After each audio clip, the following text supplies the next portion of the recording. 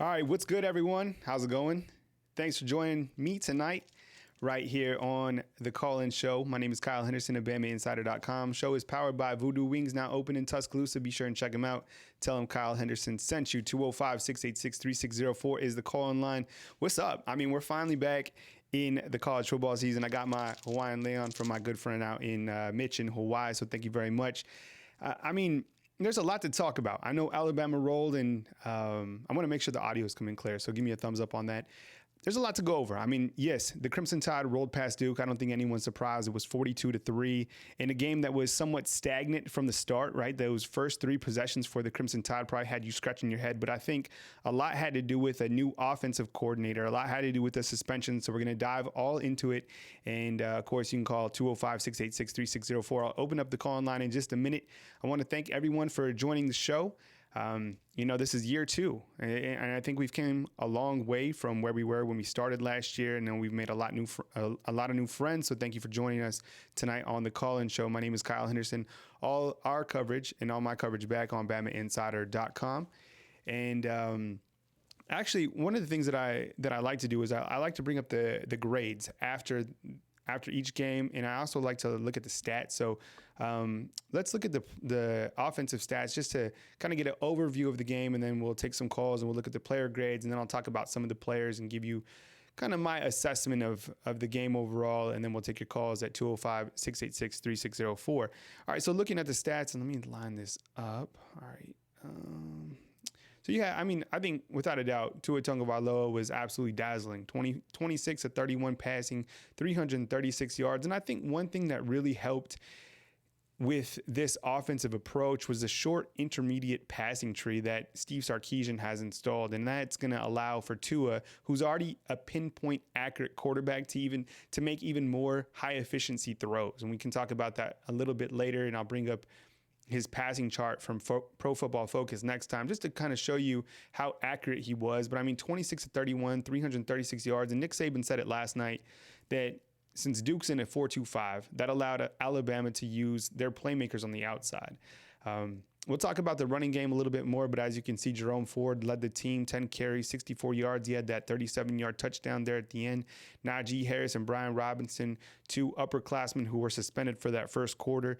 Najee Harris ran for 52 yards. I rewatched the game this afternoon. I got in late from Atlanta last night and thought that Najee, I wasn't quite sure what to make of Najee Harris's play, but after watching it again today, I thought he hit the hole hard and he bounced out when he needed to, and I think he's going to do a good job. I'd like to see what he can do with 20 carries, for example. Brian Robinson, don't let these attempts and yards fool you. 9 carries for 9 yards. I mean, he's a big, imposing back. He caught a nice pass out of the backfield as well that he took for 14 yards, and I think Brian Robinson is clearly going to be the guy who does a lot of the dirty work, gets a lot of those touchdowns inside the red zone. Receiving-wise, as you know, Jerry Jeudy was phenomenal. 10 receptions, 137 yards, runs like he has a jetpack on, 13.7 average, which is interesting. If you look at his average from 13.7 compared to last year. I mean, last year was like 22, 23, remember? So what Sarkisian has done, he's gone to that short intermediate passing tree, which is going to allow these receivers to really create more exciting plays, even in space. Jalen Waddle, 5 receptions, 90 yards. I mean, it's unbelievable the power, the strength that he has. Devontae Smith, who also set out that first quarter, 5 receptions, 54 yards. Miller Forrestall caught 2 receptions for 33 yards, including a touchdown where it looked like he had a little bit of jukes, right? And then Henry Ruggs, 2 receptions, 14 yards. The thing about Henry Ruggs is he is the best downfield blocker. If you rewatch the game, watch what Henry Ruggs does. I mean, he's freakishly strong from what Nick Saban says, and he can get under a DB or a safety and really give him a pushback. Overall, total yards, Alabama had 512 to Duke's 204. Quentin Harris, who was quarterback for Duke, only 97 yards passing. Big thumbs up to the Alabama secondary. Rushing-wise, 145 yards from Alabama. I don't know if that running game ever really got going. Penalties, Alabama, 8 penalties for 88 yards. Yuck. First downs, 30 first downs. That's amazing. Third down efficiency, 50%, going 6 for 12. Duke was 3 for 12. Alabama, 2 for 2 on fourth downs. And the red zone efficiency was great, 3 for 3. So overall, I thought the grades looked good. And That's kind of the overview. And here's the defensive grades right here. Xavier McKinney had 8 tackles. Christian Harris, the freshman who started at inside linebacker, had 6 tackles. Anthony Jennings, Shane Lee, and Raekwon Davis also had 6 tackles. So look at that upper areas of total tackles. And I think these are going to be the leaders. And Nick Saban has talked about building an identity. What type of identity is this team going to have? And who are the leaders that are going to really step up? And I think you're going to see that going into week 2. I think it was already shown in week 1. Xavier McKinney being the defensive leader of the secondary with 8 tackles. He almost had a nice interception. Anthony Jennings, who's the outside linebacker, the jack position, he's going to be that leader of the linebackers. You have Raekwon Davis, who had a really strong performance last night, and he's going to be the leader of that defensive line. So you have those upperclassmen really stepping up in week 1. Christian Harris, I thought, did a great job. And Shane Lee, my goodness. I mean, we all knew he was a thumper. We all knew that he has athleticism, but he was literally in on every single play. Talk about a player that absolutely loves contact. I couldn't be more impressed with Shane Lee and Christian Harris. I mean, talk about last year at this time, they were playing on Friday Night Lights, and last night they're playing on ABC. Talk about the jump for those guys. Fedarian Mathis, we didn't talk too much about him. He had 5 tackles, 3 that were for solo. In the secondary, Patrick Surtain did a great job, 4 tackles as well, 3 solos. I think Patrick Surtain, pound for pound, might be the best open field tackler on this team. Terrell Lewis, we'll talk a little bit more about him later on. 3 tackles and 1 big sack that probably was the highlight of the night. I mean, there was a lot of highlights last night, but I think when Terrell Lewis got loose, got to the quarterback, I think everybody was on their feet and just saw his explosiveness in the pass rush is certainly going to hinge on the health and success of him getting to the quarterback because he's phenomenal. I think if he stays healthy, without a doubt, he could be a top 15 draft pick, maybe even top 10. I mean, he's that explosive and dynamic. DJ Dell, another freshman, 3 tackles. So those are the stats from last night, and just wanted to kind of open up the stats. But thanks for joining tonight on the show. My name is Kyle Henderson. This is the call-in show powered by Voodoo Wings. They're now open in Tuscaloosa. You got to try out their wings. Certainly some really good wings. I'm going to actually open up the call-in line. I'll take a couple calls, and then we'll continue to dive in to the offensive and defensive grades. Thanks for joining us tonight. Call line is open, 205-686-3604. You know what to do. Hit me up and let's talk some Alabama Crimson Tide football. I do every Sunday I have takeaways. And you can read those on BamaInsider.com right now. And the offensive takeaways, and I started out with simply that Tua Tagovailoa is absolutely dazzling. I mean, any doubt that people had about him regressing or, not being as dynamic as he was compared to last season, I mean, that has to be erased. I mean, I think clearly we got our first call coming in. Here we go. All right, good evening. You're on the line with Kyle Henderson. Who am I on the line with and where are you calling from? Kyle, this is Tobias out of Phoenix. How's it going? Hey, what's up, man? Good to hear from you. Thanks for calling in. What's on your mind, man? Man, a couple of things about the game. One, I like the fact that Tua took what the defense gave him. Last year, he would have tried to force those in the deep passes and would have gotten in trouble. And so he was real efficient. But the middle of the offensive line needs a lot of work. And that will improve the running game. I think that if they don't get that shored up, they're going to have some issues when they go up against the LSUs, the Auburns, and the Georgias of the world. Yeah, I think you hit on a great note, and we'll talk about that here in just a minute when I bring up the player grades. And Chris Owens and Evan Neal, the true freshmen, and they struggled at times, and they struggled against Duke. I mean, there was a couple times where even Emil Ikior, and I can provide an injury update on him, got pushed back. So that you're right. The outside, they did all right. There was a couple times where Jedrick Wills gave up, some pass rush, but I think you're right. Chris Owens and Evan Neal, they certainly need to tighten up going into week 2. Yeah, and I'll say this before I run. Thanks for taking my call. Absolutely. The linebacker core, those young guys, they look good. And for people saying just Duke, Louisville was god-awful last year, and those linebackers were missing all kind of reads and was told disorganized last year. And so just keep that in mind. Cutcliffe is a great coach. But I also like looking at Leatherwood because I really believe Alex Leatherwood is going to be a better player than Jonah Williams. No disrespect to Jonah Williams, But just keep your eye on Alex Leatherwood this year and see how good a player he becomes. No, I think it's a great call, and I think it's good to start with the offensive line. As you know, they have to keep Tua upright in order for this team to continue to be successful going forward. And I think one thing that really stood out with me regarding Tua last night was there was a couple times where he showed good escapability. I thought there was a couple times where he evaded some defenders that, could potentially have been quarterback sacks. He kept his eyes downfield, and he used his athleticism to get downfield. But I appreciate the call in. Please call again next time. Hey, take it easy, Kyle. Thanks. All right, take it easy, man. All right, call-in line is open, 205-686-3604. You know what to do. Hit me up, call, let's talk some Alabama Crimson Tide football. One of the areas with the offensive line that I want to get your take on, and you can sound off in the comment box, but you can call in 205-686-3604. Let's get it on. Landon Dickerson, my goodness, he's kind of like the come at me bro, right? I mean, he's getting under the skin of Duke. He even got a player ejected. We got another call coming in. All right, what's going on? It's Kyle Henderson. You're on the Voodoo Wings call-in line with Kyle Henderson. Who am I on the line with, and where are you calling from? What's going on, Kyle? This is Jim from Buffalo. Hey, man, good to hear from you again, man. Finally got some college football to really talk about. Yeah. Let's break it down, man. What angle do you want to take? We can have a way, but I guess I'll start off with the offense first. I really like our offensive scheme. I see that we're running a West Coast type of offense. Kind of reminds me a little bit of Steve Young and the 49ers back in the 90s. One of my favorite plays was how we ran some close quarters. We ran close quarters. We hit the tight end up a little bit, and he just ran up with a seam. That was phenomenal. And I really love this offensive schematic because I love how Sarkisian, he's using our wide receivers in open spaces. We're the best open space team possibly in the country with the receivers that we have. We don't have any red zone threats, but in open space situations where we can run some smash routes, run some drags, we're probably going to be the best in the country. And it definitely confused Duke a little bit in the second half. I saw how we opened up the playbook a little bit and took advantage of those routes and have our wide receivers in open spaces. So I really love that.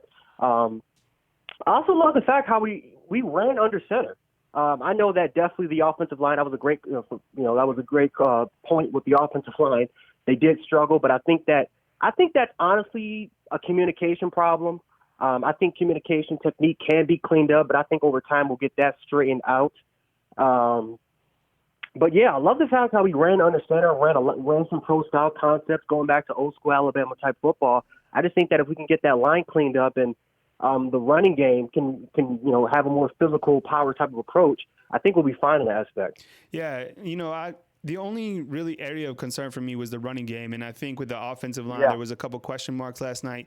But rewatching everything, I think Najee Harris, he did a great job. I think Brian Robinson, I mean, he really ran tough. Jerome Ford, I didn't know that he ran that hard. I mean, there was a couple times if you rewatch the game, I mean, he puts his head down and he can go. So I think that's good news going forward for the Crimson Tide. I see in the comment box, what about Ali Kaho moving to fullback? I don't think he's moved to fullback fully, but I mean, I do like them getting him in the mix ahead of Brian Robinson. But yeah, I think you hit on a good point in the fact that the offensive line, it's going to take a little bit of time for those guys to really build up some communication, because if you think about it, that whole interior offensive line is completely new.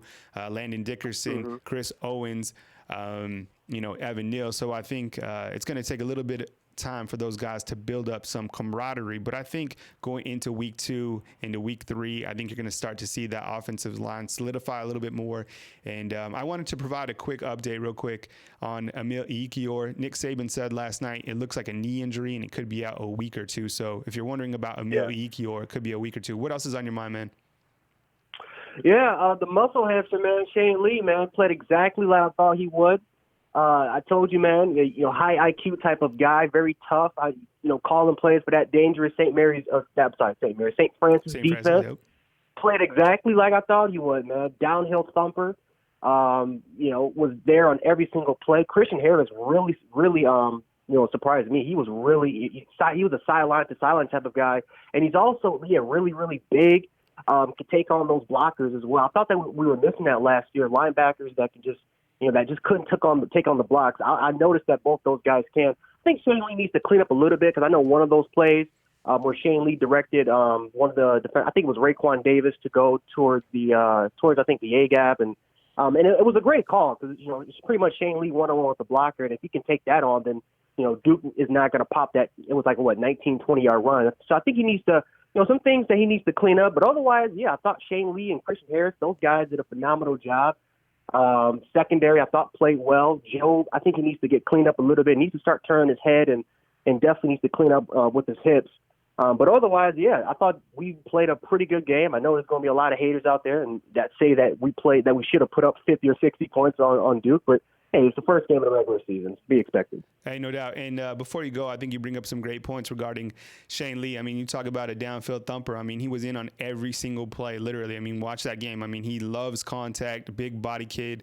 Christian Harris did a great job winning coverage, had a pass deflection, probably would have been a reception from Duke. And then I think you bring up a fantastic point regarding Josh Jobe. I mean, that is a cause for concern right now. When you look at the defense, he does not turn his head around. Doesn't turn it around at all, and that led to 2 pass interference calls. So, got to turn your head around. Just like the perfect example for that would be what Trayvon Diggs did. Right? He followed his receiver, turned his head right moment, and what did he do? Pick. So I think, Josh Jobe, he's a sophomore, played a little bit sophomoric last night. I think it'll clean it up. But good call, man. Always appreciate when you call in.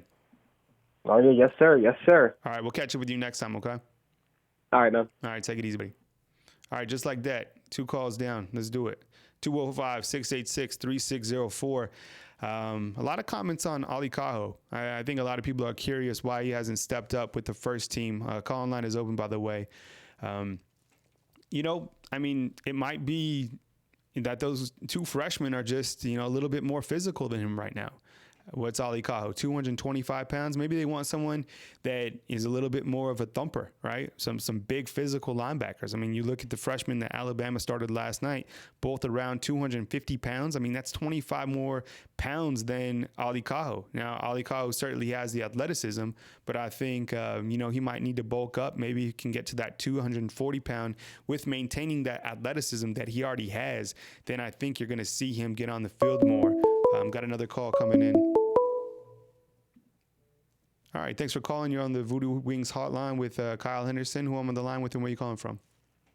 Hey, what's going on, Kyle? It's Chris from Massachusetts. How you doing, Chris, man? Good to hear from you. What's on your mind, man?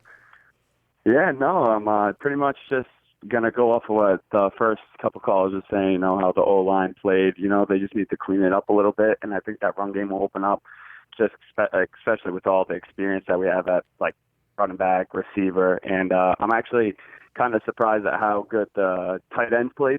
Miller Forrestall and definitely Major Tennyson. I think they kind of stepped up, and I think Miller Forrestall said it in his interview earlier in the week that just because they didn't get any game experience, that they play against Bama's defense every day at practice, so they definitely got experience. Yeah, you know what? That's good point out. And I think Miller Forrestall, he's a guy with great confidence. And I think when you watch that interview, and same with Giles Amos, I mean, those guys are very intelligent. It's a very intelligent group. And what they might lack in experience, they make up with intelligence and playmaking ability. I was really surprised with Miller, with his athleticism, how he's able to do like a slight juke. It wasn't like a Irv Smith type juke, but I agree. The end zone, right? And then he's got some moves. Yeah, he's got a little bit of moves. And then Major Tennyson, I mean, he's a big boy and also caught a touchdown pass. So 2 touchdown passes to the tight ends, and I think that speaks volumes of what we're going to see in the red zone, and I do like it. I also liked that red zone play with where Devontae Smith kind of motioned to the left and then kind of came back under the offensive line and kind of wheeled out for a laser throw from Tua Tagovailoa. Yeah. I another thing that I'm pretty impressed about, and obviously Bama's D is going to be always going to give everyone's problem, but Pete Golden. I mean, yeah. I think that the amount of turnovers that we got, and I know that we lost most of our D line last year, which the only person that really came back that played a lot was Raekwon Davis. And yeah, we didn't get as many sack numbers as we did, but the turnovers that we got, it's like we're getting back to the old Bama defense. The playmaking ability. Everyone's starting to chip in and do it, and I think that defensive line's gonna just only take off every week. I mean, Terrell Lewis is back, and he's getting the rust off, and DJ Dale's new, so he's a freshman. He's gonna turn it up. Were you excited when Terrell Lewis got through the offensive line to the quarterback? Oh, Oh, I couldn't even believe it. I was like, you got to be kidding me. I was like, and the juices were flowing, and then he got into the game mode. But I think the only thing about the secondary is just, like you said, Josh Jobs just got to get ready, get those game experience. But I think Pat Surtain and Trayvon Diggs, I think those guys are just going to lock people up. Yeah, I do too. I think it's a good secondary group, and you can only improve. And I think Nick Saban, being that he does work with the corners, the secondary is certainly going to be hand in hand with Josh Jobe and make sure that he's buttoned up going into week 2. Oh, yeah, absolutely. All right, man. Thanks for the call, and please call again. Yeah, no problem, man. All right, good calling. What a great lineup of callers so far. 205-686-3604. Hit me up. My name is Kyle Henderson. If you're new to the show, thank you. Please like and subscribe to our YouTube channel. But most importantly, subscribe to BamaInsider.com. That's where we got all the coverage. The show is powered by Voodoo Wings. Check them out if you are in Tuscaloosa. Tell them Kyle Henderson of Bama Insider sent you. Get hooked up some wings. They got great flavors, great options. I went with the garlic parmesan, and the Voodoo Wings is pretty hot. It's kind of like a sriracha style spice. We got another caller. This time, no introduction. Mike in Kentucky, you are on the show. What's going on, buddy? Hey, Kyle. Good to hear from you. Yeah, it's going to take a little time to get some chemistry developed on the O-line.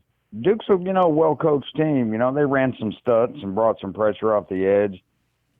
They had Jedrick Wills a little confused, right off the bat. But, I was happy to see the freshman linebackers. I think they passed the test of poise and toughness, with flying colors.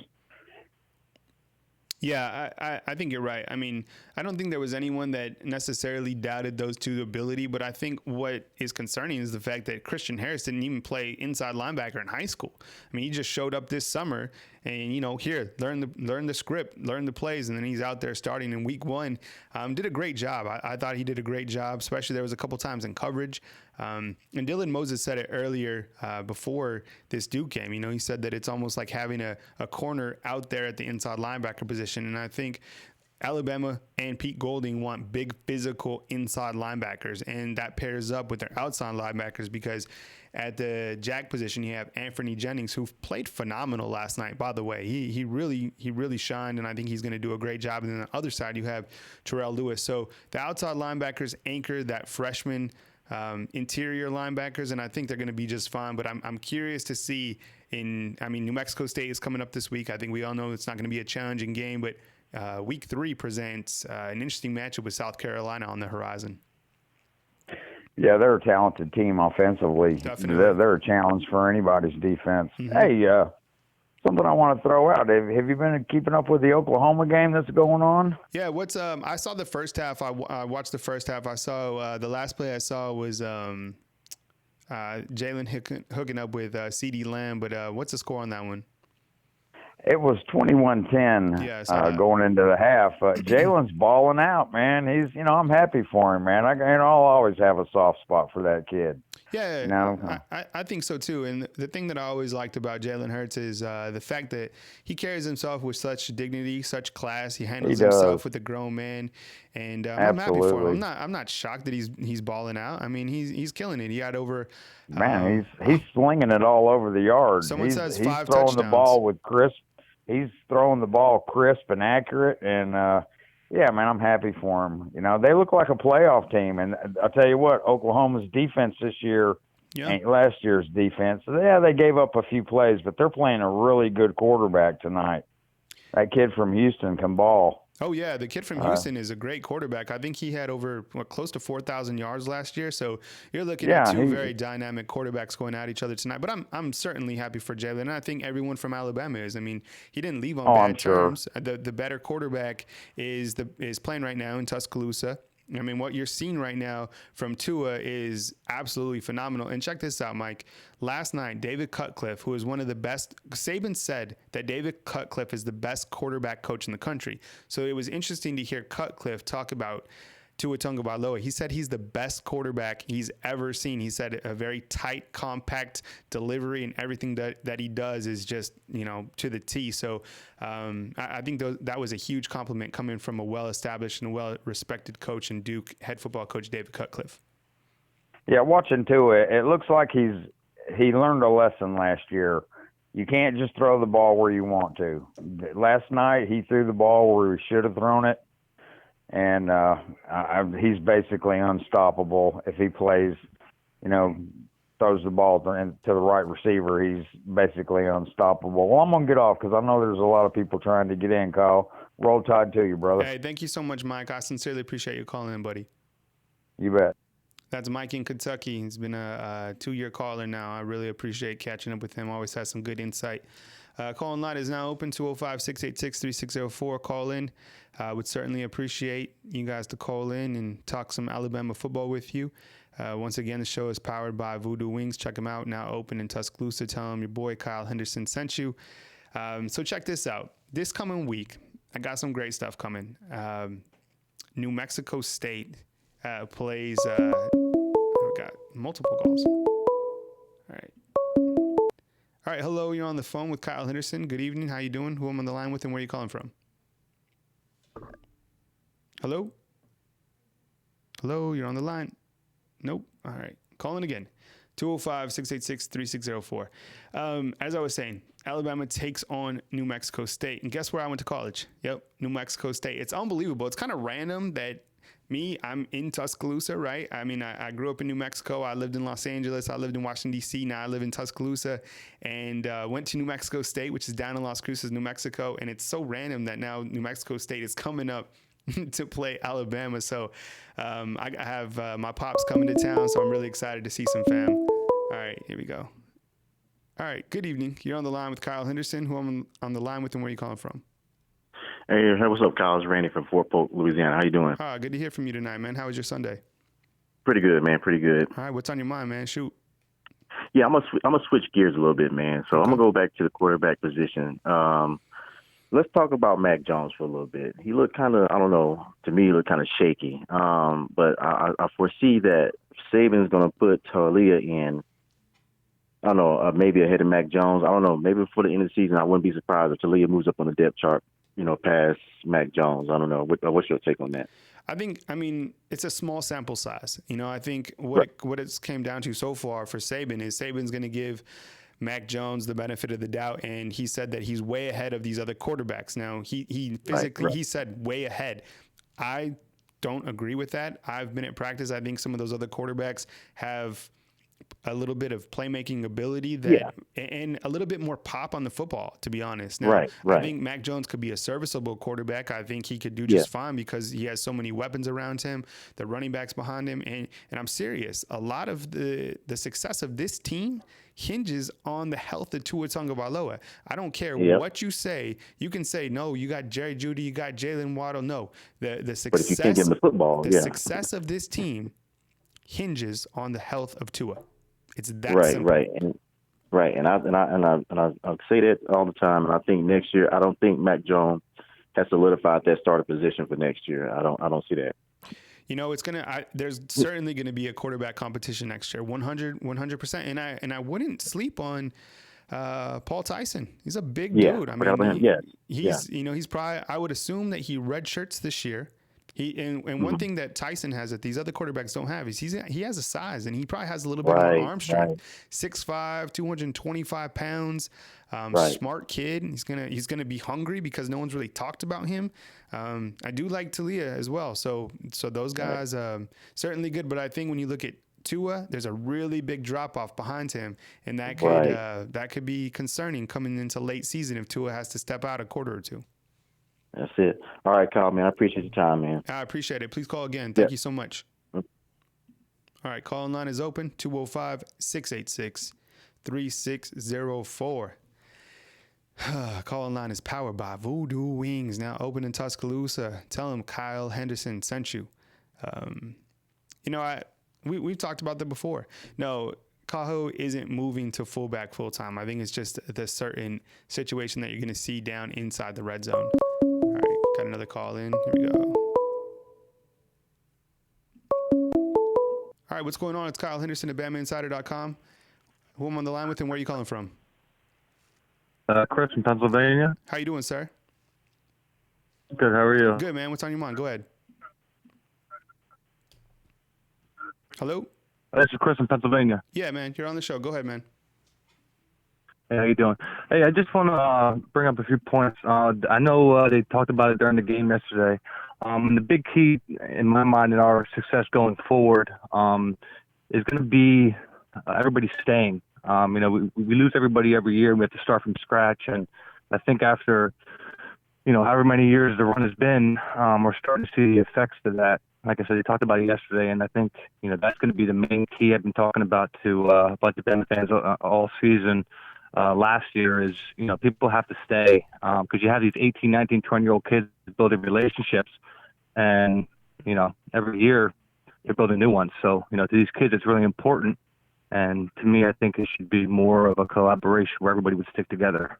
Do you agree? Yeah, I think so. And then when you look at the coaching staff, I mean, you really have 8 new assistant coaches, and it's really 7 new names, but 8 if you include Pete Golding, who they transitioned to the full-time defensive coordinator. And I think you're absolutely right.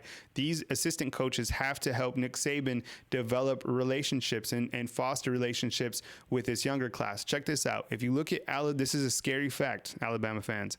If you look at Alabama's roster right now and you look at the starters, there is a good chance that 16 or 17 players that start on this team could be gone next season and gone to the NFL draft. That's how talented this team is. So you look at the youth, and this youth has to be fostered and build relationships with these assistant coaches. Now, I think some of these assistant coaches, they come to Alabama simply to build it on their resume, to gain insight and mentorship from Nick Saban. And then once you come to Alabama, I mean, think about how marketable you are as a staff member, right? You've been under Saban, the process or a little bit of it, and then you can go. I mean, we've seen it again and again, but I think you're absolutely right.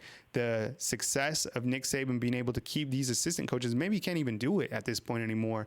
It plays an important role in developing this roster. But, as long as Saban is the head man and as long as he's running things, you're in good shape. But you need some camaraderie and some stickiness with those assistant coaches. Exactly. Like I said, that's going to be a big key. And then the other thing I want to touch on, and I know every Bama fan every year holds their breath on the first field goal. I just think every year we can never get together. I mean, we draft the number one guy, and Will just can't. He could put one through yesterday, but I hope that doesn't, deter him for the rest of the season. I hope he, keeps his head up and, Saban talks with him and, he gets it going, because I just hope it's not, another one of them years again. Yeah, you know what? I think Will Reichert, I mean, he missed on 2 very long field goals. They're gutsy field goals, 49 yards and 48. So I think he has a distance. He maybe doesn't have the accuracy. Both of them, I think, hit off the post. Saban was happy with him. And you got to also remember, this kid punted last night, and he also had kickoffs. So that's big for a freshman coming in, missing 0 for 2. But the good news was he was, I believe, 6 for 6 for PAT. So last year, if you remember, I think Alabama missed 10 or 9 PATs, which is unacceptable. But I think Will Reichert's going to come around. So 0 for 2 to start out. But, the kicking woes, do they continue? I guess we're going to see. But please call again next time. I appreciate you calling in. Thanks. Have a good night. You too, buddy. All right, 205-686-3604 is the calling number. Will Reichert last night, 0 for 2, 2 very long field goals that he missed. I guess same thing, small sample size. I mean, big leg. Saban was impressed with him on kickoffs. I think he had, 7 touchbacks?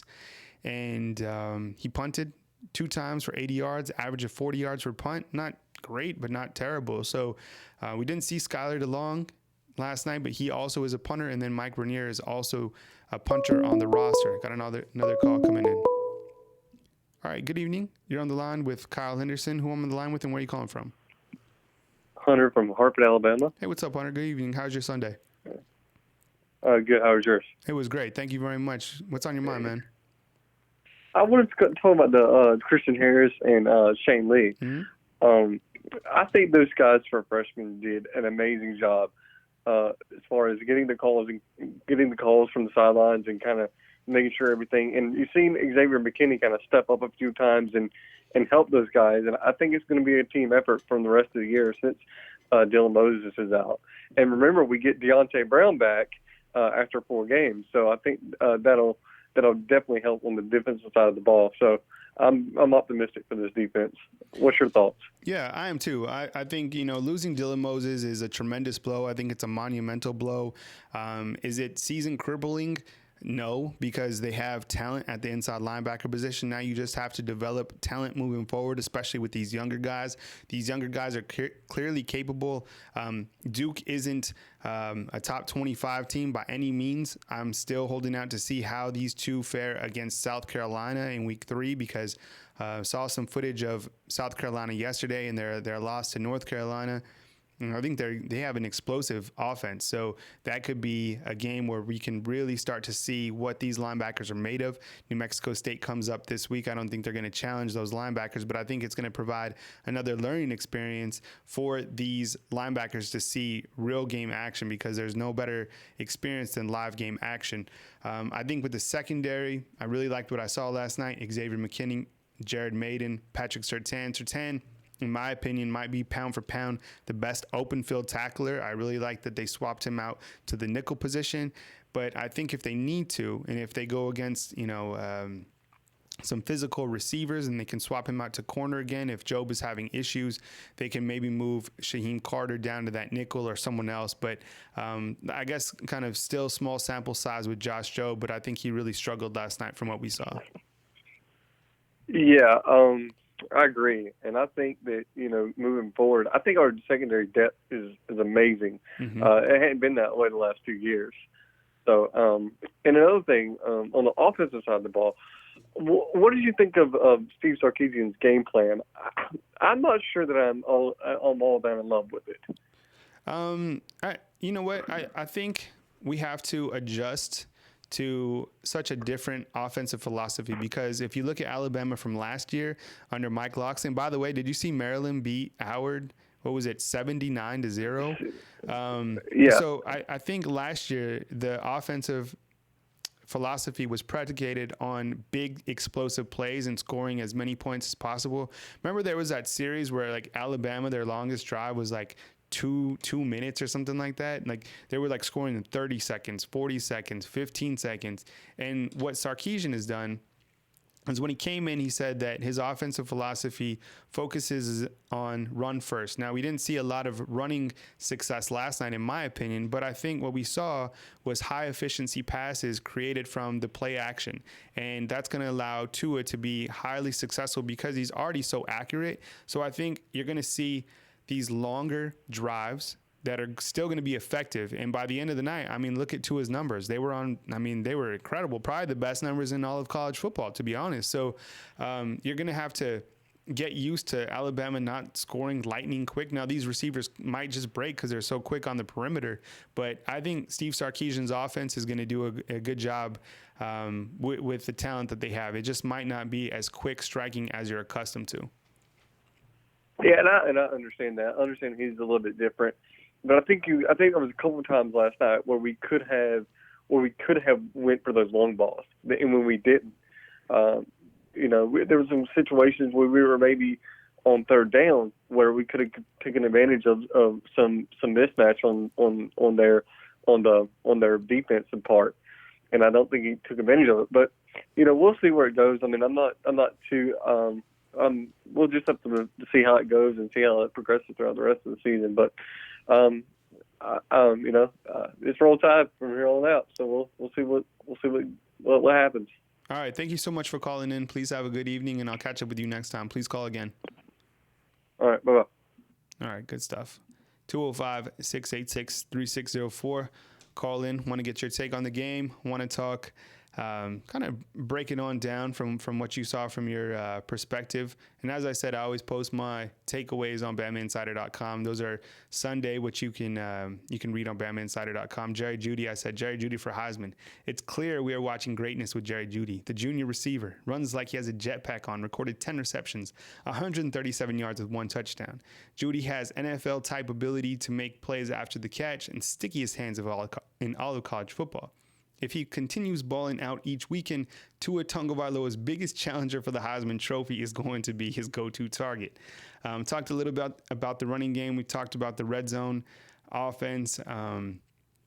We talked about the freshman inside linebackers, and then we talked about the veteran defense. So another thing I wanted to do is I wanted to kind of just go over a couple of these photos. And I think, I'd just like to give some commentary behind some of these. And as we already talked about, starting off with Tua, he did phenomenal last night. I thought he was highly efficient.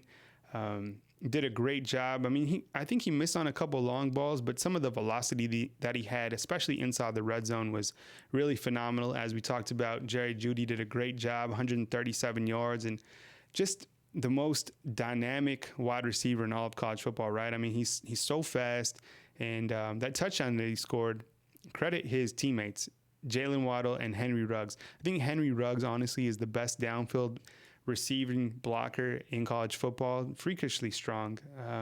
Here's Jalen Waddle. Every time he catches the football, you just got to hold your breath, right? He's like, is this going to be the time he breaks it? I mean, he's so strong, too, close to 200 pounds.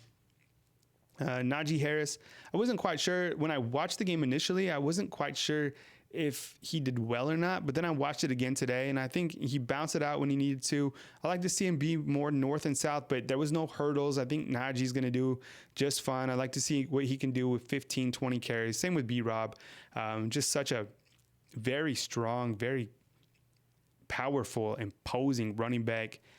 Scored a touchdown last night, but it was kind of interesting. 9 carries for only 9 yards. I wouldn't let that stat line set the mood for Brian Robinson because I think you saw his explosiveness on that 14-yard reception.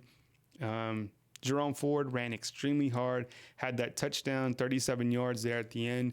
He's only a redshirt freshman, and if he can get up to 210 pounds, 215 pounds, kind of almost like might even be like a Damian Harris type player, maybe a little bit faster. So Jerome Ford is someone to certainly be happy about. Here's a picture of the 2 tight ends, Miller Forrestall on the left and Major Tennyson on the right. Both caught touchdown passes. Forrestall had a nice juke in the first half, and then Tennyson later in the game. The offensive line, as we talked about, Chris Owens at the center position, number 73, is Evan Neal, the freshman. Those two struggled during this game, and you can see it when I'm going to show you here the Pro Football Focus grade outs. Here's Landon Dickerson, right? It seemed like there was a couple times where he was like in straight up brawls, and eventually he was able to get this guy ejected from the game. So there's that funny GIF on Twitter that you've seen where Landon Dickerson is waving bye to this dude. So a fiery player, obviously. Shane Lee, we talked about him, completely balled out, 6 tackles last night for a true freshman. Did a really great job. I think, you should be happy about him. If you're a Crimson Tide fan, you're going to have him 3 more seasons. Here's Terrell Lewis, who was that quarterback sack. Everyone went crazy. I think that was probably the highlight of the night. He's a beast, 6'5", 250 pounds, and probably runs like a 4.6 or something scary like that. Just exceptional player. Had a grade out of 91.1. We'll talk about those in just a minute.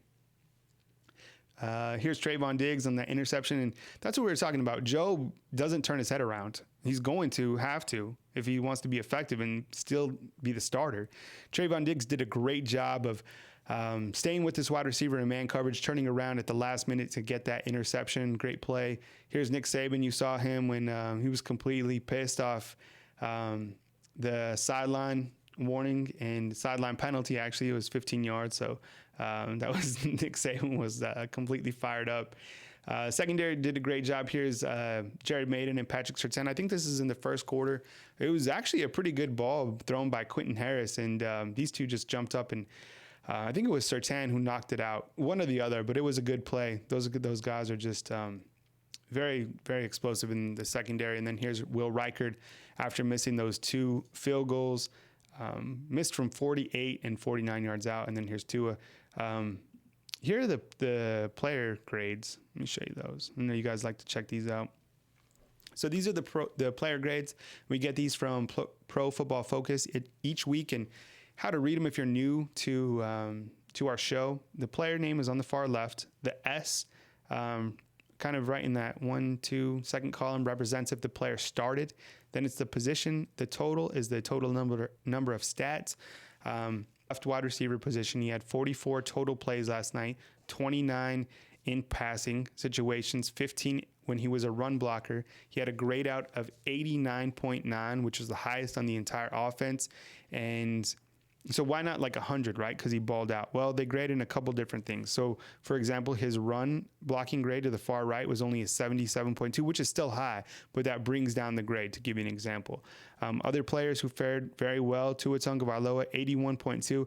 And you might look at that and say, well, why did he, why isn't that a 90? And I'm kind of curious about that as well. You look at his passing grade, and who develops the passing and the overall grades is former coaches, former scouts. So they're seeing things that we might not have seen.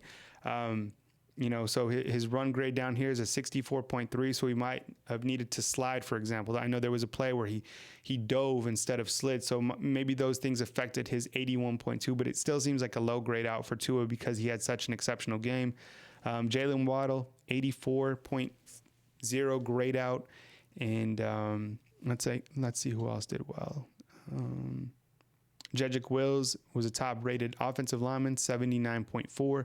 These are kind of concerning over here when you look at the lower grades, especially with the linemen. So let's look at, for example, Evan Neal, who's right under Alex Leatherwood, 54.1 grade out, only 27.6 in pass blocking. That's very concerning. And then right under him, Chris Owens, 59.2 with 61.5 in pass blocking. So those two, as we talked about, really need to improve going forward. If you look at the running backs, or just one running back, actually, because Najee and Brian didn't play enough. I do have their grades, but they're just not on the screen. Jerome Ford has a grade out because he started 63.7. Pass blocking, 79.0, which is a very high pass blocking grade for a running back. Here are the defensive grade outs. Raekwon Davis did a great job. He's up at the top, 75.5 grade out, 75.3 tackle grade, and a pass rush of 67.5. DJ Dell, 69.5. LeBron Ray, 75.9. That's great because LeBron Ray is, I guess, a player that we didn't talk about. He did great last night, and because I was concerned if he was even going to be healthy coming into this game. He didn't look healthy even leading up to this game. Shane Lee and Anthony Jennings did great. Anthony Jennings, as I said, played phenomenal. 80.3 grade out. Shane Lee, 77.0. So these grades are legit. I mean, these grades are coming from coaches and scouts. And I think if you're looking at it from a fan, you're like, this guy played a great, like 90% grade, 95% grade. But there's things that everybody has to work on. And as you can see, Josh Jobe, 60.6. And in coverage, you can see that Josh Jobe was only 59.4, which is extremely low.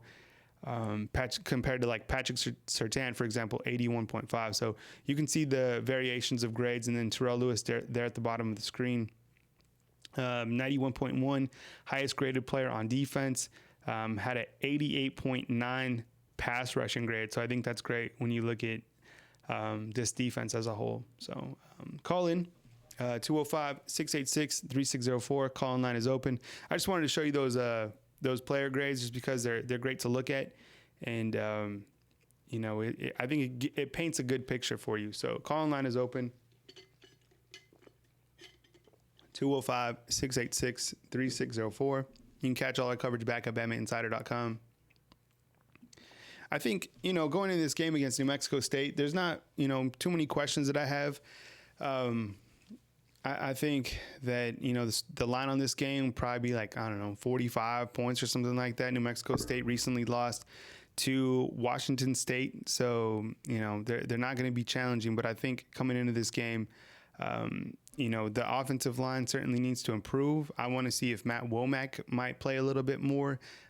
If you missed it earlier in the show, I said that Emil Ekiyor looks like he has a knee injury. It's going to be a week or two. That's coming from Nick Saban. Other injuries, there's not too many other marquee injuries that are nagging so far. So far, you have just Dylan Moses and Josh McMillan, along with Trey Sanders, who look to all be out indefinitely. All other guys, look to be back at some time or another. Justin Ebogbe is in a boot. Stephon Wynn looks to be back. And then you also have Emil Ekiyor, who it looks like could be a 2-week situation. Be interesting if he does come back for that South Carolina game, for example. Call-in line still open, 205-686-3604. What about you? What do you want to see improvements on. I mean, I know it was a 42-3 victory. And by the way, can someone hit me up with that Oklahoma Houston score, by the way, while I finish out the show? I'd appreciate that. I want to see improvement from Josh Jobe. I want to see what the running backs can really do. Looks like someone just posted Jalen Hurts has 330 passing yards, 3 touchdowns, 160 rushing yards, and 3 touchdowns. That's great. Yeah, he's balling out. That's good. That's good for him. I mean, what a quarterback.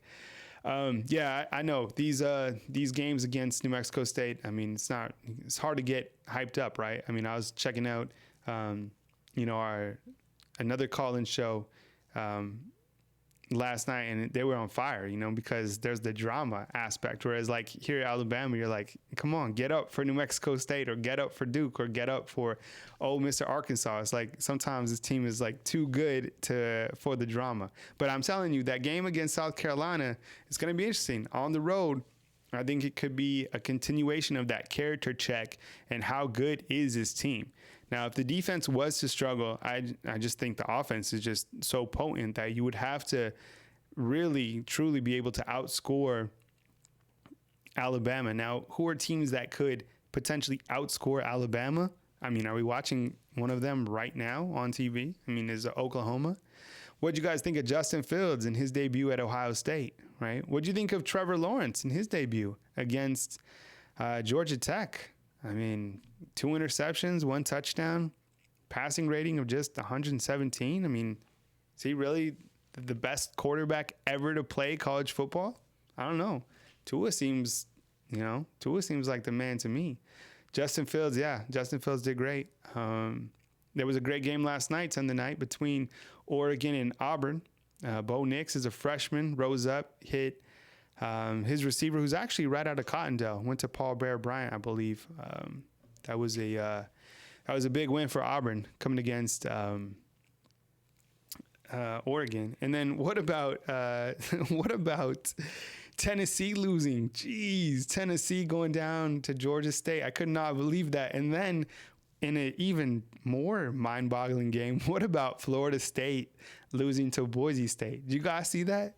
So I was watching I checked into the Mercedes Stadium. They have a swanky press box. So I'm up there, and I'm, I was eating some food. I was having some Chick-fil-A, and I was kind of just relaxing, and I was watching that Florida State game.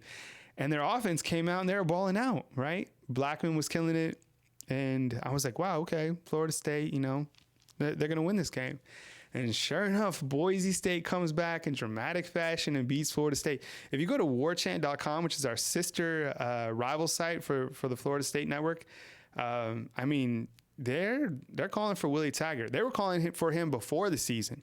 What about Jeremy Pruitt, too? I mean, they were saying that's the worst loss in Tennessee history. I don't know, pretty bad loss, especially to open up the season. And all Georgia State does is walk out with nearly $1 million in cash, right? So any given Saturday, but still, I mean, there's no excuses. You can't be dropping games like that. Call line is still open. I'll leave it on for just a little bit more, 205-686-3604. Here's a schedule for this week. Tomorrow on Monday, Nick Saban will speak to the media. I'll have that press conference for you guys right at 12 p.m. Central Time. Got some player interviews coming tomorrow. Let me see who's coming tomorrow real quick. I'll check my email.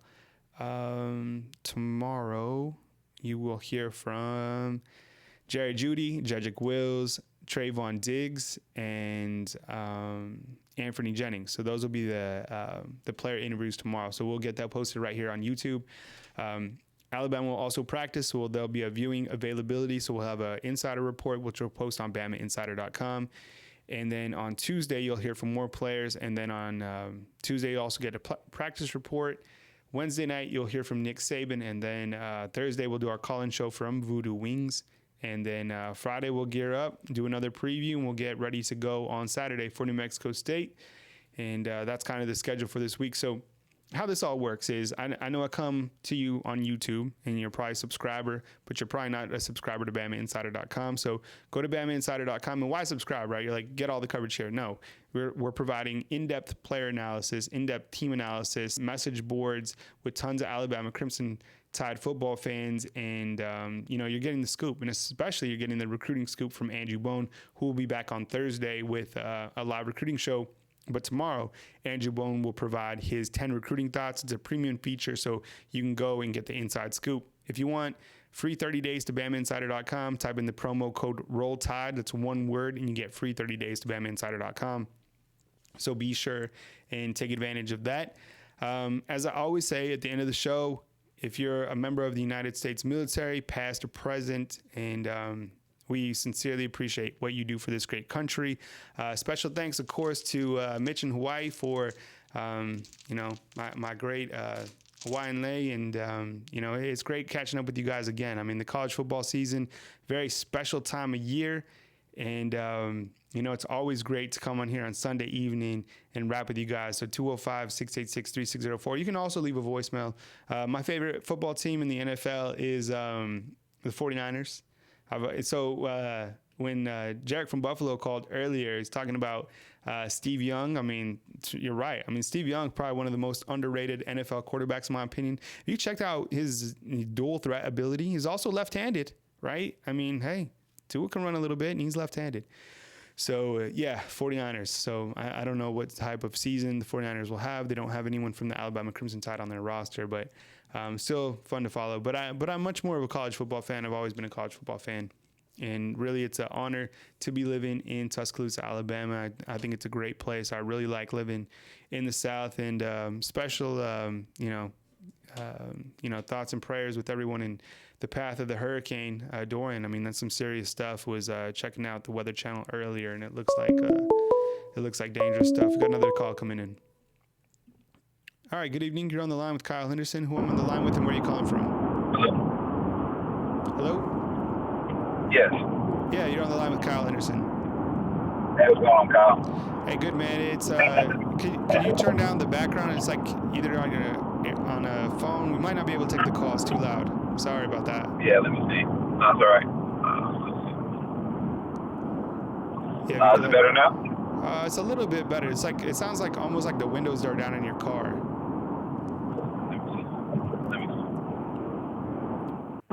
Okay, is it better? Oh yeah, absolutely. All right, man. Go ahead. What's your name? I'm sorry, I didn't catch it. My name is Jordan. I'm calling in from California. All right, man. What's up? I was I don't know if you caught it, but I used to live in Redondo Beach, so. Oh yeah? Yeah, I lived nice. there for a while, and man, great times. I used to work in Torrance, so love me some Cali, man. So what's up? What's on your mind tonight? No, I just I enjoyed the game. I couldn't really watch it. I had to work, but I listened on the radio and I heard a lot of Josh Jobe. He gave me some insight on that. I know you were at the game. Yeah. Was he kind of handsy a lot, or? The thing with Josh Jobe is I think, we saw him get playing time towards the end of last season against some very good receivers. He went against Oklahoma, and then he went against Clemson. And then he fared well during fall camp, earned the starting spot at corner as they moved Surtain out to nickel. But last night there was several times where he didn't turn his head around at all, and he actually got called for 2 pass interference penalties. So, like I said, he was almost playing, sophomoric, if you will. But I think he'll get some time and he'll work with Saban. But I'm not saying that he shouldn't star going forward. I mean, I think he's got a tremendous upside. But I think he needs to stick with Trayvon Diggs and really work on his craft a little bit more going forward. Okay, yeah, because I really like Josh. I know it's kind of hard for teams to choose what side they want to go to, because on one side you got Trayvon, on the other side you got Josh, and in the middle you got Patrick. So they're probably going to try Josh's side. Yeah, I think you're exactly right, and I think you got to. I mean, you don't want to go against Trayvon. I mean, the thing about Diggs, and I don't know if a lot of people know this, but Diggs is a big dude. I mean, 6'2", 210 pounds. Yeah, he's real big. And Surtain as well. So those are some big physical corners that Alabama has, and I like that because in today's world, the receivers are just so, I mean, they can be dominant if you can't match up with them. Exactly. Yeah, you're right. Anything else on your mind? Okay. Man? No, that's it right there. I appreciate you taking my call. First time calling in. I didn't think you'd pick up. right away, but it's good. Thank you. No doubt, man. Appreciate the call. Please call again next time. All right, have a good one. All right, you too, buddy. All right, good calling. Yeah, no, so a little bit about myself, so you guys can kind of, get an understanding where I'm coming from. My hometown is Santa Fe, New Mexico. Grew up in Santa Fe. And then I went to school actually in college for a year in Pella, Iowa. So I lived in Pella, Iowa. Anybody know of the Dutchman? That was their mascot. Played football out there. And then from there, I went and finished school in New Mexico State, which is down in Las Cruces, New Mexico. After that, took a job out in California in Torrance and lived in Redondo Beach. And I worked for Student Sports. Student Sports provides all the Nike football training camps. So I was interviewing the top high school football talent in the country right out of college. And I did that in college. And that's kind of how I started in this business. From there, I started my own business, nmpreps.com, which still is in action today and covers New Mexico high school sports. Then took over a website in Boulder, Colorado, covering the Buffs. And then I got the call up to the big leagues, right? They called me up and were like, hey, got an opportunity for you in Tuscaloosa, Alabama. And, spoke with the wife about it and came out here to Tuscaloosa to check it out and fell in love with the city. So been out here for now 3 years. And, it's been great. Really blessed to be in this opportunity. And there's not one day that I take it for granted. I really enjoy being out here. Walking by the Malmore complex is something really special. And I think one thing that's been really great has been, and I didn't really expect this, but being around Nick Saban, I'd always knew being around Nick Saban, was probably something that would be exciting, but it really hasn't been an exciting from like a celebrity standpoint. I think that what's been great about it is just the mentorship that he provides for everybody, not only for his football team, but for everybody. I mean, he's always dropping, life pro tips on how to handle your life, how to handle, these outside factors. And, it's good stuff. How you doing tonight? It's Kyle Henderson. Who am I on the line with and where are you calling from? California, but originally from Florence, Alabama. Hey, what's up, man? How you doing tonight? Thanks for calling in. I'm doing well.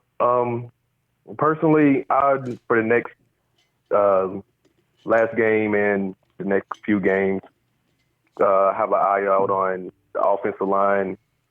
It was obvious that we were trying to reassert the offensive line back to the Alabama way. Mm-hmm. Obviously the first quarter didn't roll out that way, but they did get going, and with penalties and stuff, it was kind of a setback. The linebacker core, obviously we do have, extreme amount of talent, but I believe when we get down to the latter part of the schedule to LSU, Auburn, Georgia, it'll be enough experience so Shane Lee and the rest of the crew can, definitely try to make up for Dylan Moses. And then my third is the secondary. Defense gave up way too many passes, deep passes last year, and trying to see how they're gonna, bounce back from, especially the loss from Clemson last year. Yeah, I think you're right. I mean, when you look at this team overall, and you kind of look for potential weaknesses, is the inside linebacker a weakness for Alabama? Well, we don't quite know. It's still a small sample size from what we saw last night. The two freshmen did a great job. The secondary, I think you have enough veteran experience there. One player that we haven't talked about, Daniel Wright. I mean, he's another guy that can provide really, really good depth if Alabama needs it. As you saw last night, Jordan Battle got his first interception for the young gun. So there is some talent within that entire secondary group. And this should be noted about the secondary as well. Nick Saban went out and he got himself Charles Kelly. So you have Charles Kelly along with Carl Scott, and then Nick Saban also works with the secondary. So I think that says a lot about Nick Saban really evolving with college football and putting a strong emphasis in the defensive secondary, because as you know, it's a game of almost the air raid now, right? With as many points as college football has on a weekly basis. So I think they're going to be in good hands, but I still think this is a small sample size for this team going forward. But I do like what we have in the secondary right now for the Crimson Tide. Right. Last thing, I'm not really worried about, the explodability of the offense, because last year we caught pretty much the whole nation off guard with Tua and Judy and the rest of the wide receiving core. I believe that defenses coming into and playing us, they're going to try to take away that big play explodability as much as possible and force Tua to, use his check downs, us to, reestablish back the runaway of Alabama. So hopefully, with more game experience and Sarkisian, we can get that rolling and get our rematch to Clemson. Yeah, and I don't know. I mean, a team that nobody seems to be talking about when you look forward down the stretch is Georgia. I think, right. I mean, with the amount of talent that they have and the fact that Kirby Smart is just a great coach, and straight up, I mean, they're probably pissed off, right? I mean, look what Alabama has done to them the last couple of years. And I think I said this on the last show. I mean, there's a good opportunity that those two meet not only once, but twice. And exactly. I mean, Georgia's a very formidable opponent, very good quarterback. So we'll have to see what the future holds. But I think that's a team that you have to certainly prep for when you talk about getting your linebackers experience. I mean, talk about Georgia's run game. You certainly want to have everything buckled up by the time you play a team like Georgia. Definitely. And hopefully the inside linebacker core and secondary and pass rushing, will definitely have enough experience and a playmaker. Hopefully, Tara Lewis and company will, have breakout seasons. So, because I know the later part of last year, Quentin Williams, he was still making plays, but, he wasn't as effective and disruptive as he was early on this year. People, offensive lines, they targeted Quentin Williams and forced everybody else to make plays. Yeah. But that's all I want to talk about. Hey, well, thank you so much for calling. Please call again next time. You're welcome to call anytime. All right. Thank you. Roll Tide. Yep. All right. I'll leave the call in line open for a little bit more. 205-686-3604 is the number to call in. Yeah, I think when you look at the college football spectrum, I think all eyes are on Clemson, ESPN, all over Clemson, and rightfully so. I mean, the amount of talent that they have and the quarterback that they have, I mean, very dangerous team. You're on the line with Kyle Henderson, who I'm on the line with, and where are you calling from? What's up, man? It's Rex, Helena, Alabama. Hey, what's up, man? How was your Sunday, man? Man, it was good, dude. It was good. Chilled out. But I'll tell you what, the game, man, I was scared. I've had a koozie for 5 years, switched it out. Anyone can go superstitious. But I was excited, man. By the end of the game, the young guys, man, they were flying around. I mean, if that didn't excite you, you're crazy. I'm down. I love it. You know what I mean? Yeah, I mean, the young guys. I think Alabama. The young guys here at Alabama, I mean, certainly. I mean, DJ Dell's another guy we didn't talk about. He was getting double teamed all night last night, but I mean, he's certainly a special one. Yeah, I was. And hey, have you been watching Jalen Hurts tonight, or is that over yet? I think it is. I saw the first half. It looked like he had almost like 500 yards of offense or something like that. Yeah, and I'll tell you what, the funniest thing, dude, I'm an Alabama fan, don't get me wrong. And I'm a fan of these kids out here being successful, but I seen a meme, had me rolling. It was like when Alabama watches their best quarterback, and then they got Jalen at Oklahoma. I was dying. I was like, that's awesome. Good for him. Yeah, it's good stuff. Anything else on your mind, man, while you're on the show? No, man, just hanging out, and I was like, man, it's just like I wanted to put some positivity out there. It's like, hey, they're young. I mean, we got a good team. I'm not worried, and it'll come, man. And Bo Nix, got to give him some props doing it. right here out of the state of Alabama. I know we hate Auburn, but No, I think you're right. you I know, mean, you good got for them. Bo Nix hooking up with Seth Williams, who's also from Alabama. I mean, so there's no doubt about it. No doubt about it. The talent here in Alabama for high school football is high. I mean, the guys that started last night. I mean, Oh, what about Tua's younger brother? Yeah, with a handoff, but it's that was awesome. I loved that. yeah, You know what I mean? yeah, I was excited. We were laughing in excitement, like, oh my God, that's crazy. yeah. So And I was, it was good, man. It was a scary first quarter, but the whole thing was positive vibes, man. If you took anything away less than positive vibes, I don't guess you watched the same game I did. Hey, well, thank you so much for calling. Please call again next time. All right, Dave. See you. Yeah. All right. All positive vibes. Appreciate it. More positive vibes, the better, right? Yeah. Talia got in last night and handed the football off, and just like that, magic, right? Touchdown, Jerome Ford, 37-yard touchdown. And I don't know if you guys saw on social media, but last night when Tua and Talia got back, went right to the weight room and got some work in. So shows you the type of caliber those guys are. All right. Caleb from Memphis, what's up, man? Hello. Caleb, right? Yeah, what's up, man? How'd you know? From Memphis, man. Hey, dude, you called before. I appreciate it, man. So I wrote it down, and you're in the system, man. So Caleb from Memphis, you're on air, man. What's up? What's on your mind, man? What's going on, dude? I was just giving you guys a call. I wanted to talk about the O-line. I noticed in the game they were doing a lot of flip-flopping. Evan Neal, Emil Ekiyor. I was just curious.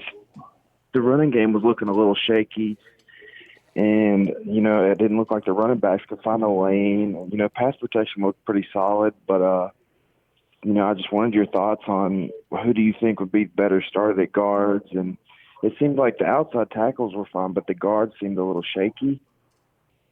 And just your opinion on who you think would be better for that spot, and how long do you think it would take them to gel to give these running backs some time to make some lanes and get some good runs? No, I appreciate the call. And I mean, like you, I mean, I'm perplexed by the running game last night. I mean, it was like almost non-existent. I mean, you look at Jerome Ford, he had that bust out of 37 yards at the end of the game. But I mean, I have the stats pulled up right here on the channel. And I mean, Najee Harris, 12 rushes, 52 yards. Brian Robinson, 9 for 9 carries. I mean, it was honestly, I felt like the run game was just really not effective. I doubt that was the plan going in, right? I doubt that they were just going to try to get, what was it? A few yards of pop here and there. Just, I don't know. I just didn't like the running game, to be honest. Is that going to change? Probably. But in the beginning of the season, I didn't like it. I don't think that was a philosophy going in. Emil Ekiyor, he's going to be out. He was getting pushed back last night. But how about this? How about in week 4, after week 4, we're 4 games, Deontay Brown? He's a guy that really helped out with the rushing game last year. And maybe when he comes back, the running game can get a little bit more push. You got him, because think about it. You could theoretically have Chris Owens or Emil Ekiyor at the center position. Then you could have Landon Dickerson at the guard position. Then you could have Deontay Brown at the guard position, or Evan Neal, or you could put Matt Womack. So maybe you could put Dickerson at center, Matt Womack at guard, Deontay Brown at guard. I don't know. I mean, either way, something's got to happen, because I just wasn't impressed with the running game at all last night. See, that's the thing. There's so many bodies. I feel like there's so much talent there, but you want a group of guys that are consistent and that can get some chemistry with each other. So I'm hoping that they can find a group of guys and stick with them, just so they can, it's important that you have 5 people on the line that can look at each other and, all have chemistry and know the play and just kind of gel. So that was my main concern, just getting everybody on the same page, because we all know talent-wise that it's there. We just want the gel and the chemistry to form. So just to give, because I was expecting a lot more out of Najee, and even I had high hopes for Keelan Robinson, because Saban said he had the juice, but I was looking for it. Yeah, no Drews to be found quite yet, but maybe it's coming. And like you said, maybe it's going to take some time for this group to really build some cohesiveness, some camaraderie, and maybe it's going to take some time for Kyle Flood to figure out who the best 5 offensive linemen are. Maybe the best 5 offensive linemen aren't ready to play yet just because Deontay Brown isn't eligible. Right. All right, man. Well, thank you so much for your time. I love the channel, and keep doing your thing. All right. Appreciate it, Caleb. See you, buddy. 205-686-3604. Hit up Voodoo Wings. Tell them Kyle Henderson sent you. Tell them you saw the call-in show. Tell them why you're so smart at talking Alabama football. 205-686-3604. I'll leave the call-in line open as long as you guys want to talk. And last night, came home right after the game, actually, back to Tuscaloosa. It was a rough drive. A lot of traffic. And quick funny story, I was driving back last night and I saw these like blue cop lights like way up in the distance. I'm like, what's going on? It was the $1 Million Band. Guess how many charter buses so the football team flies back from Atlanta. They fly back to Tuscaloosa. Yeah, it's like a 10-minute flight. The band has to get on, like, I'm not kidding you, 15 charter buses or more, and then there's 2 cops. They're like escorting, and they're on the right lane. It's a 2-lane. You're on I-20 coming back to Tuscaloosa. You cannot pass the band. You can't pass them. So you're like driving at the mercy of the band, like late in the night, and so finally I got past them, and it was just like this big old deal, but it took forever. Yeah. By the way, we were talking about that Tennessee loss. So I was happy to get back safe last night and got some rest and feeling good tonight going into week 2 against my alma mater, New Mexico State, which is just so random that the Aggies are coming up here. Tennessee goes down. I know a lot of people are excited about that. Looks like the biggest question, honestly, on the comment box that I'm checking out is Ali Cajo playing at fullback. I like the call. I think he just has enough athleticism to play fullback. Maybe, there'll be some sort of wrinkle to where he catches a pass or something like that. What if Shane Lee was to play fullback? And there's your fullback, right? Him or Christian Harris. I'm just saying, Christian Harris did play wide receiver. Hey, let me ask you about this. And I asked this on the BamaInsider.com message board. How do you feel about Tua being the team's holder? Seriously, think about this, all right? I'll just put it out there. Tua last night, balls out, checks out of he didn't even play the fourth quarter, checks out. Talia's brother hands off to Jerome Ford. Ford runs for that 37-yard touchdown. 4 minutes left. You put Tua back in the game as the team's holder. Now, I don't know. I just don't like Tua holding for... I just don't like him holding. Am I wrong? I mean, does that matter? I guess if he's holding and he's positioning here, I guess he's holding with his right hand, right? And he is actually right-handed, but he throws with his left. It's a funny story. So I guess he's not necessarily doing anything with his left. I don't know. It seems odd that they would have Tua as a holder. I think, there's plenty of other quarterbacks on the roster. Why not? It's strange, right? I don't get why he's holding. So I don't know. I don't like it. I think Tua needs to play 3 quarters, and then they just need to wrap him in bubble wrap, put him out, make sure that the bubble wrap is, nice and packed. So he'll be fine for the next time. Regarding Antonio Alfano, I think he's going to get his. I mean, just because these guys don't make even the 1 or the 2 deep doesn't mean that they're that they're not going to play eventually. I mean, this is Alabama. You come to Alabama and there's guys ahead of you. And even if you're a 5-star, that doesn't mean anything when you get on the campus, because you got Raekwon Davis, you got LeBron Ray, you got DJ Dell, who's completely balling out, right? You got Fedarian Mathis. I mean, those guys are ahead of Antonio Alfano. We haven't seen Christian Barmore either. Remember, he came in and, he struggled his freshman year. We haven't seen Stephon Wynn. He's kind of been injury plagued. So I think those guys are going to get their opportunity. It's just right now they're not the best guys. Yeah, Leatherwood did play fine. I thought Alex Leatherwood did great. So did Jedrick Wills. Anything else? 205-686-3604. All right, it's almost 10. So my wife and I, we are, being from New Mexico. I don't know if you caught that earlier. I grew up in Santa Fe, but most recently we lived in Albuquerque. And that's where they had Breaking Bad. So we're big Breaking Bad fans. So we're rewatching the show right now. And there's actually a Breaking Bad movie which is coming out pretty soon, so that's gonna be pretty dope.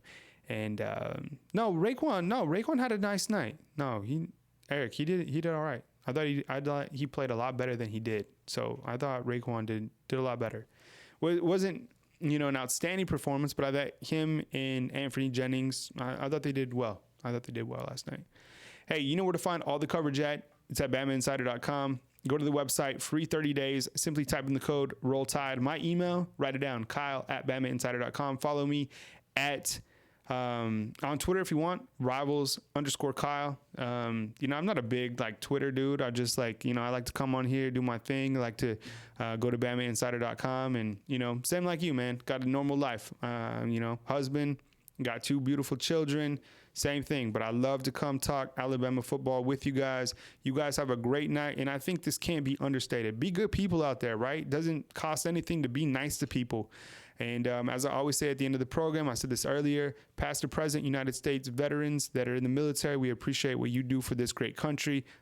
Honored to be here tonight with you every single night. I'm beyond grateful to be in this position. Never take it for granted. Show is powered by Voodoo Wings. Check us out at BamaInsider.com. I'll be back on tomorrow with Nick Saban's press conference right at 12. We'll get it loaded on the YouTube channel. Give us an opportunity for your business. Bama Insider.